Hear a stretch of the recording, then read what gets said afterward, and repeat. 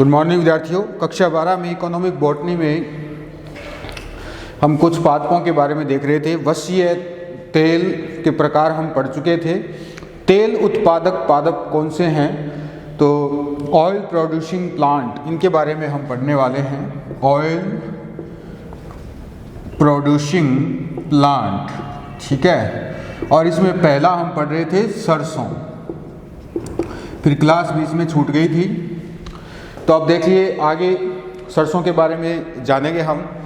सबसे पहले vernacular name. Vernacular name होता है सामान्य नाम। सामान्य नाम इसका क्या है? इंडियन कोल्जा। इंडियन कोल्जा यानी पीली सरसों, इसको हिंदी में क्या कहते हैं? पीली सरसों, ठीक है। इसके बाद आगे इसका जो बोटेनिकल नेम है वो क्या होगा? बोटेनिकल नेम इसका होता है ब्रेसिका नेपस, इसका बोटेनिकल नेम है। और वैरायटी क्या हो जाती है? वैरायटी इसकी हो जाती है ग्लेउका, ग्लेउका, ठीक है। और इसका जो पर्याय नाम है, इसके बोटेनिकल नेम का पर्याय नाम ब्रेसिका कंपेस्ट्रीज है, कंपेस्ट्रीज, ठीक है। और ये वैरायटी क्या है? ये है सरसों। क्लियर? इसके बाद आगे देखें हम, तो बोटेनिकल नेम इसका इम्पोर्टेंट है, ये आपको याद रखना है। इकोनॉमिक बॉटनी का जब आप रिकॉर्ड तैयार करते हो तो उसमें आप स्पोर्टिंग में ये सरसों भी है। इसकी फैमिली क्या है? फैमिली जो है इसकी वो है ब्रेसिकेसी। इसकी फैमिली का नाम ब्रेसिकेसी भी है और इसकी फैमिली का नाम क्रूसीफेरी भी हम लिख सकते हैं, ठीक है। यानी नया नाम तो क्या है? क्रूसीफेरी है और वैसे ब्रेसिकेसी। इसका यूजफुल पार्ट कौन सा है? यूजफुल पार्ट कौन किसके लिए? For oil. Useful part for oil कौन सा है? इसका बीज पत्र है। कोटिलेडोन जो है बीजों में स्थित बीज पत्र, बीजों में स्थित बीज पत्र, सीड कोट जो है, इसको हम बता सकते हैं। अब इसकी स्पीसीज जो है उसमें कई जातियां आर्थिक महत्व की हैं, जैसे काली सरसों, भूरी सरसों, राई, काली राई, सफ़ेद राई, ये सारी इसी में आती हैं। आगे चलते हैं हम। उत्पादन व इसकी उत्पत्ति के बारे में देखते हैं क्या है। इसकी उत्पत्ति और उत्पादक देश, उत्पत्ति व उत्पादक देश, ठीक है। तो इसकी उत्पत्ति मानी जाती है एशिया माइनर से। एशिया माइनर, एशिया माइनर में कौन सा है? जो ईरान का इलाका है, ईरान, ठीक है। इसके अलावा भूमध्य सागरीय क्षेत्र, भूमध्य सागरीय क्षेत्र और हिमालय क्षेत्र, हिमालय क्षेत्र। तो इन तीनों क्षेत्रों से इसकी उत्पत्ति को माना गया है। यानी ये कहा जाता है कि विभिन्न जातियों की उत्पत्ति इन स्थानों से हुई है, इन 3 स्थानों पर मानी जाती है। ये कौन सी फसल है? ये रबी की फसल है। कौन सी फसल है ये? रबी की फसल, ठीक है। और इसकी बुआई कब होती है? इसकी बुआई जो है वो होती है अक्टूबर नवंबर में, अक्टूबर टू नवंबर, ठीक है, इसकी बुआई होती है। और इसकी कटाई कब होती है? इसकी कटाई होती है फरवरी से मार्च के बीच में, ठीक है, फरवरी टू मार्च, फरवरी से मार्च के बीच में इसकी कटाई होती है। अधिकतर खेती कहाँ होती है? तो इसकी जो खेती है वो अधिकतर कहाँ होगी? बारानी क्षेत्र में होती है, बारानी क्षेत्र में, ठीक है। इसके अलावा संचित क्षेत्रों में भी, जो सिंचित क्षेत्र है, कहीं कहीं सिंचित क्षेत्रों में भी की जाती है, कहीं कहीं सिंचित क्षेत्रों में की जाती है। सिंचित क्षेत्रों से मतलब है जो नहरी इलाके हैं, जहाँ पर सिंचाई के विभिन्न साधन हैं, तो उन साधनों के द्वारा। और बारानी क्षेत्र का मतलब ये है कि पूर्णतया डिपेंड किस पर है, खेती वो है बारिश पर, ठीक है। आगे उत्पादक देशों की अगर बात की जाए तो भारत का सरसों के उत्पादन में भारत का स्थान, तो भारत का कौन सा स्थान है, भारत का स्थान है प्रथम, ठीक है। पूरे विश्व में सरसों के उत्पादन में भारत का कौन सा स्थान है, प्रथम स्थान है, ठीक है। इसके अलावा भारत में कौन कौन से स्थान हैं, तो भारत में स्थान कौन कौन से हैं, तो उत्तर प्रदेश ये तो है प्रथम स्थान पर, ठीक है। और राजस्थान क्या है, राजस्थान का स्थान कौन सा है, दूसरा स्थान है, ठीक है। उत्तर प्रदेश प्रथम स्थान पर है, राजस्थान दूसरे स्थान पर है। अब राजस्थान में कौन कौन से ऐसे क्षेत्र हैं जहां पर इसका सबसे ज़्यादा ये बहुतायत में बोया जाता है, तो राजस्थान में देखें हम तो राजस्थान में भरतपुर, अलवर, ठीक है, भरतपुर का स्थान पहला है, अलवर। इसके अलावा सवाई माधोपुर,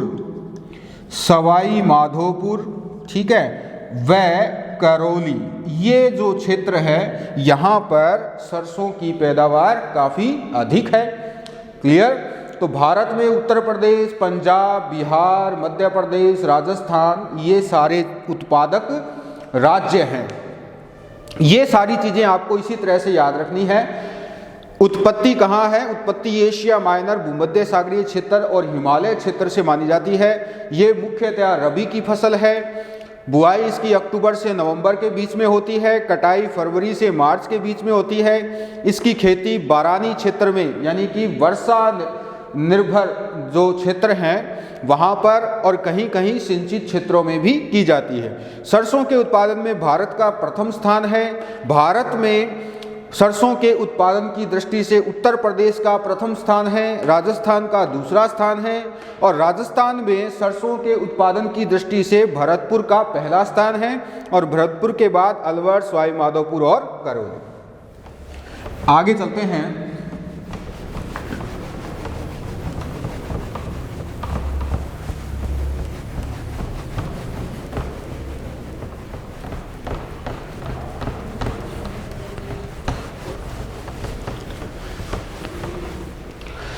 आगे है इसका पादप। पादप के बारे में हमें जानकारी होनी चाहिए। सरसों का पादप कैसा होता है, तो देखिए सरसों का पादप जो है वो एक वर्षीय होता है, ठीक है, एनुअल होता है, एक वर्षीय। और इसके अलावा वीक होता है,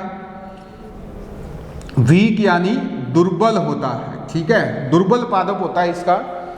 और क्या है, लंबा और अल्प शाखित होता है, लंबा होता है वह अल्प शाखित यानी कि शाखन जो है इसके अंदर कम होता है, शाखाएं कम होती है, कम बनती है।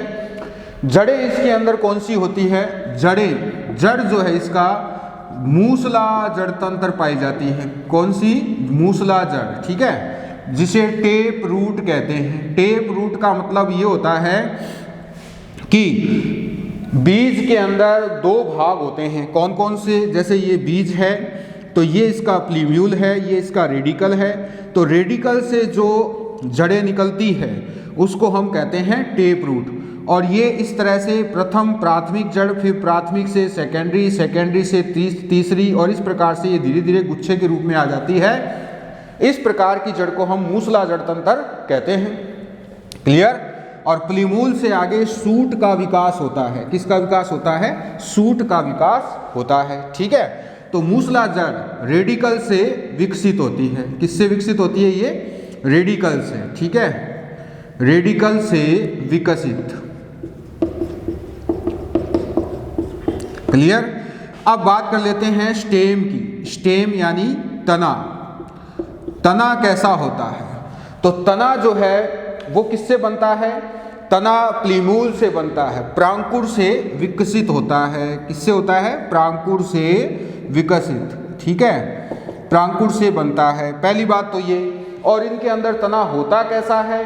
तना इनमें सीधा, हरा, एरोमिल और शाखित होता है।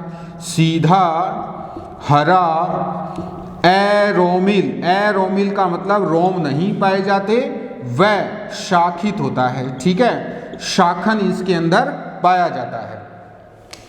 इसके बाद पत्तियां कैसी है? तो पत्तियां इनमें काफी बड़ी, वीणाकार, रोमिल और तीव्र गंध युक्त होती है, ठीक है। लीफ की बात की जाए तो पत्तियां बड़ी, तीव्र गंध युक्त, ठीक है, और वीणाकार होती है। पत्तियों की आकृति कैसी होती है? वीणा की तरह होती है। वीणा इस तरह की होती है। पत्तियों की आकृति अगर वीणा की तरह होती है तो इस प्रकार से वीणा रूपी इसके अंदर पैटर्न पाया जाता है, जैसा मूली के पादप में पाया जाता है। और मूली भी इसी फैमिली का सदस्य है, इसीलिए वीणाकार आकृति की पत्तियां इनके अंदर पाई जाती है, ठीक है। पुष्प कैसा होता है? पुष्पक्रम, इनके अंदर पुष्पक्रम कैसा होता है? पुष्पक्रम, इनफ्लोरेसेंस, इनफ्लोरेसेंस कहते हैं पुष्पक्रम को। तो पुष्पक्रम इनके अंदर होता है एसिमाक्षी, एसिमाक्स, एसिमाक्षी, एसिमाक्स, एसिमाक्षी, एसिमाक्स को हम कहते हैं साइमोज साइन, ठीक है। इस प्रकार से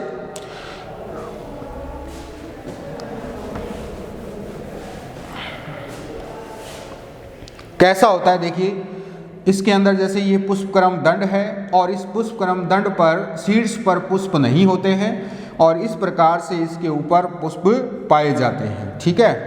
तो शीर्ष पर पुष्प नहीं है, इसीलिए एसिमाक्षी। अगर शीर्ष पर पुष्प इस तरह से होता तो कहलाता ये सैसिमाक्षी, ठीक है। तो ये एसिमाक्षी है। आगे चलें। इसके बाद और क्या क्या इसकी इंपॉर्टेंट बातें हैं सरसों के पादप की।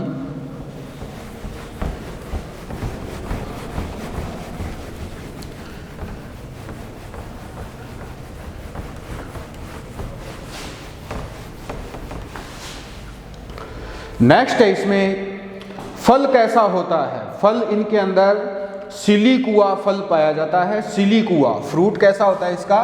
फ्रूट जो है इसका होता है सिलिकुआ, सिलिकुआ फ्रूट इसके अंदर पाया जाता है। बीज हल्के, पीले और तेल युक्त होते हैं। जो सीड है इसका वो कैसा होता है? नॉन एंडोस्पर्मिक होता है। नॉन एंडोस्पर्मिक का मतलब है अभ्रूणपोषी होता है, ठीक है। और तेल युक्त होता है, ऑयली होता है, तेल पाया जाता है इसके अंदर। इसके बाद है आगे, सामान्य परिस्थितियों में सरसों की उपज कितनी होती है? तो उपज जो है इसकी, तो सामान्य परिस्थितियों में, सामान्य परिस्थितियों में इसकी उपज जो है वो होती है 10 से 12 क्विंटल प्रति हेक्टेयर।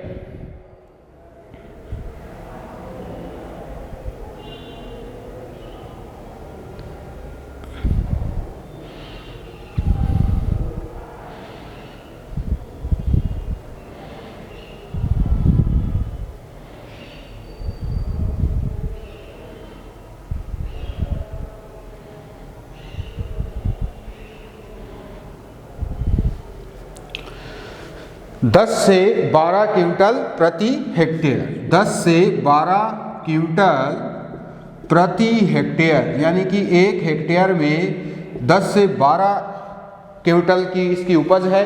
बीजों में तेल, बीजों में तेल कितना होता है? बीजों में तेल पाया जाता है 30 से 40% तक, ठीक है। 30 से 40% तक इसका तेल पाया जाता है। और निष्कर्षण, इन तेलों को निकाला कैसे जाता है? मीलों और घानियों में निकाला जाता है। तेल भारी व सुनहरे पीले रंग का होता है। तेल कैसा होता है इसका? भारी व सुनहरे पीले रंग का, ठीक है। तेल पाया जाता है। अब तेल में एक गंध आती है, तेल में तीखी गंध आती है। तेल में तीखी गंध का कारण क्या है? तेल में तीखी गंध का कारण होता है इसके अंदर उपस्थित एलील आइसोथायोसाइनेट। क्या होता है? Allele isothiocyanate. एलील आइसोथायोसाइनेट,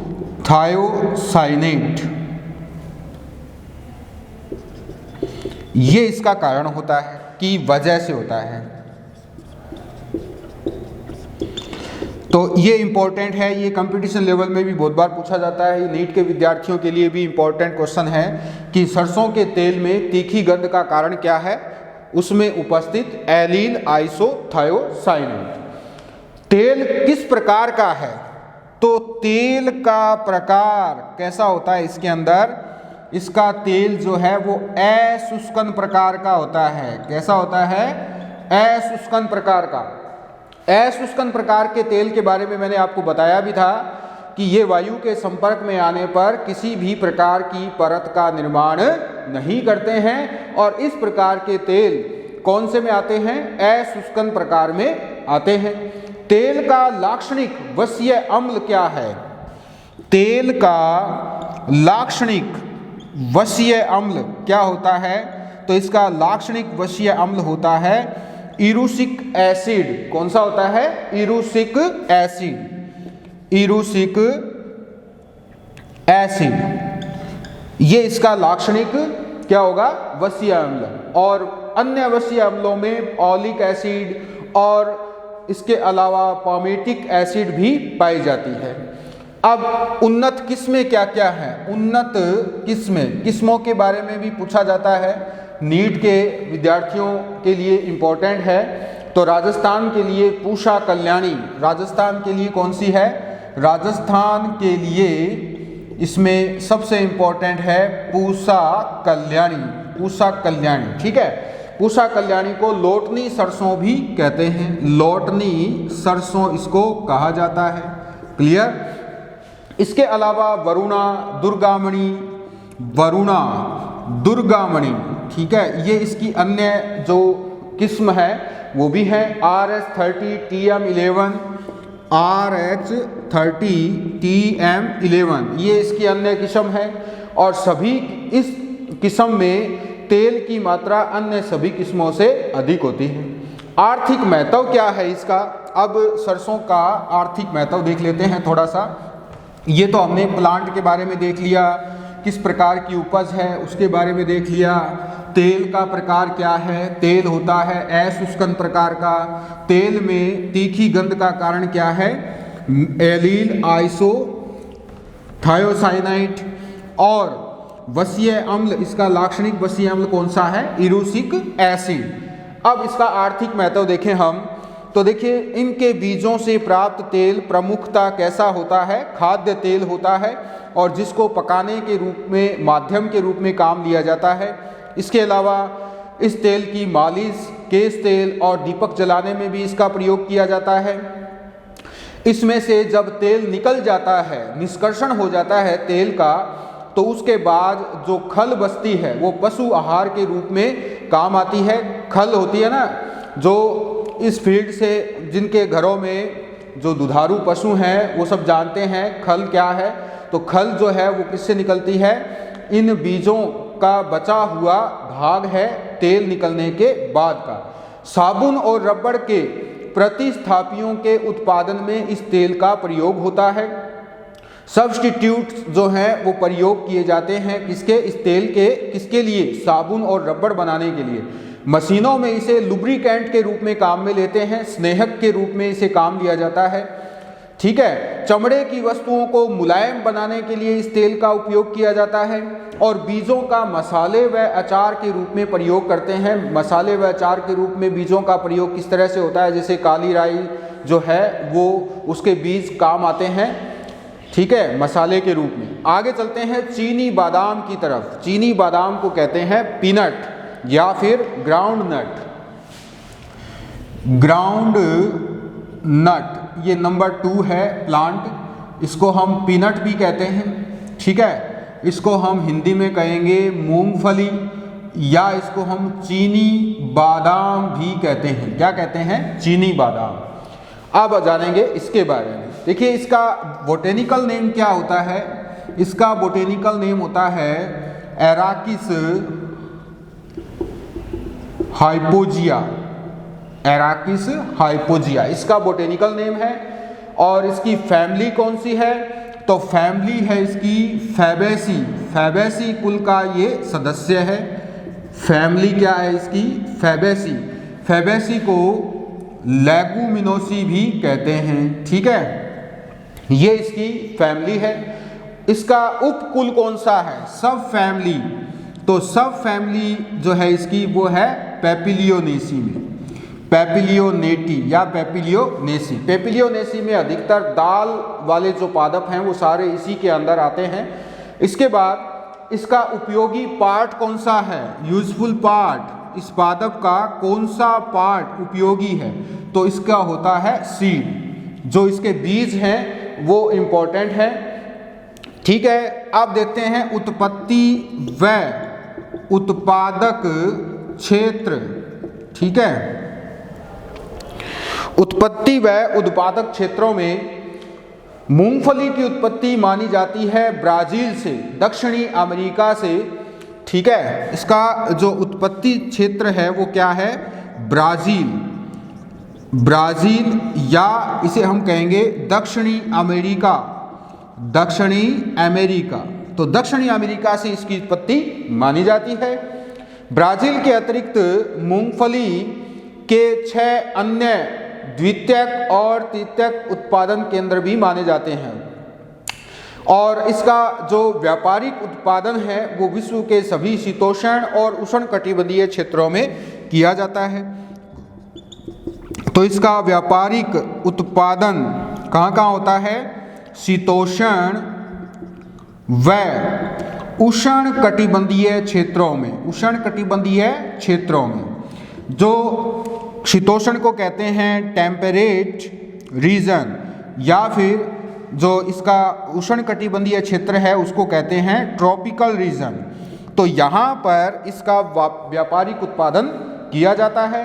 विश्व में भारत का मूंगफली के उत्पादन में कौन सा स्थान है? तो विश्व में भारत का मूंगफली उत्पादन में कौन सा स्थान है? मूंगफली उत्पादन में स्थान है भारत का प्रथम, यानी कि सबसे ज़्यादा मूंगफली उत्पादित कहाँ की जाती है? भारत में ही की जाती है, ठीक है। और दूसरा स्थान किसका है? दूसरा स्थान है चीन का, ठीक है। दूसरा स्थान किसका है? चीन का। क्लियर? आप देखें नाइजीरिया मूंगफली का सबसे बड़ा निर्यातक देश है और फ्रांस सबसे बड़ा आयातक देश है। सबसे बड़ा निर्यातक यानी निर्यात करने वाला, बाहर भेजने वाला, वो क्या है? नाइजीरिया है, ठीक है। नाइजीरिया से मूंगफली बाहर भेजी जाती है। और सबसे बड़ा आयातक देश कौन सा है? आयातक देश है फ्रांस, यानी फ्रांस में सबसे अधिक मूंगफली बाहर से मंगवाई जाती है। इसके बाद भारत में गुजरात, महाराष्ट्र, आंध्र प्रदेश, तमिलनाडु और कर्नाटक प्रमुख उत्पादक क्षेत्र है। तो भारत के उत्पादक क्षेत्र कौन से हैं? भारत के उत्पादक क्षेत्र की बात की जाए तो गुजरात जो है वो प्रथम स्थान पर आता है। दूसरे स्थान पर इसमें आता है भारत, जो गुजरात है उसके बाद दूसरे स्थान पर आता है महाराष्ट्र, ठीक है। तो इसके अलावा महाराष्ट्र, आंध्र प्रदेश, ठीक है, इसके अलावा कर्नाटक, ये सारे राज्य क्या करते हैं? मूंगफली का उत्पादन करते हैं। तमिलनाडु, ठीक है, ये सारे राज्य मूंगफली का उत्पादन करते हैं। मूंगफली के उत्पादन में राजस्थान की बात की जाए तो राजस्थान में मूंगफली का अधिकतर उत्पादन कहाँ होता है? बीकानेर और जोधपुर क्षेत्र या मरु प्रदेश में माना जा सकता है। मरु प्रदेश में इसका अधिकतर क्या होता है? उत्पादन होता है। आगे चलते हैं, इसके पादप के बारे में जानते हैं। इसका पादप कैसा होता है?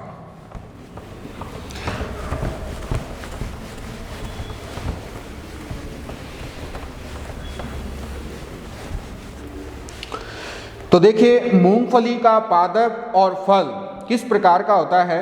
तो मूंगफली का पादप अर्ध उदर या शान अवस्था में होता है। पसरने वाला 1 वर्षीय शाक होता है, यानी पसरने वाला 1 वर्षीय शाक, ठीक है। इसका पादप इस तरह से, ये तो मूंगफली के दाने हैं जैसे, ठीक है, और ये मूंगफली का पादप है। इस प्रकार से शान अवस्था में ये होता है, यानी कि जो भूमि है उससे ये लगा हुआ रहता है। ये इसकी पत्तियां हैं। इस प्रकार से ये जो पादप है ये मूंगफली का पादप है।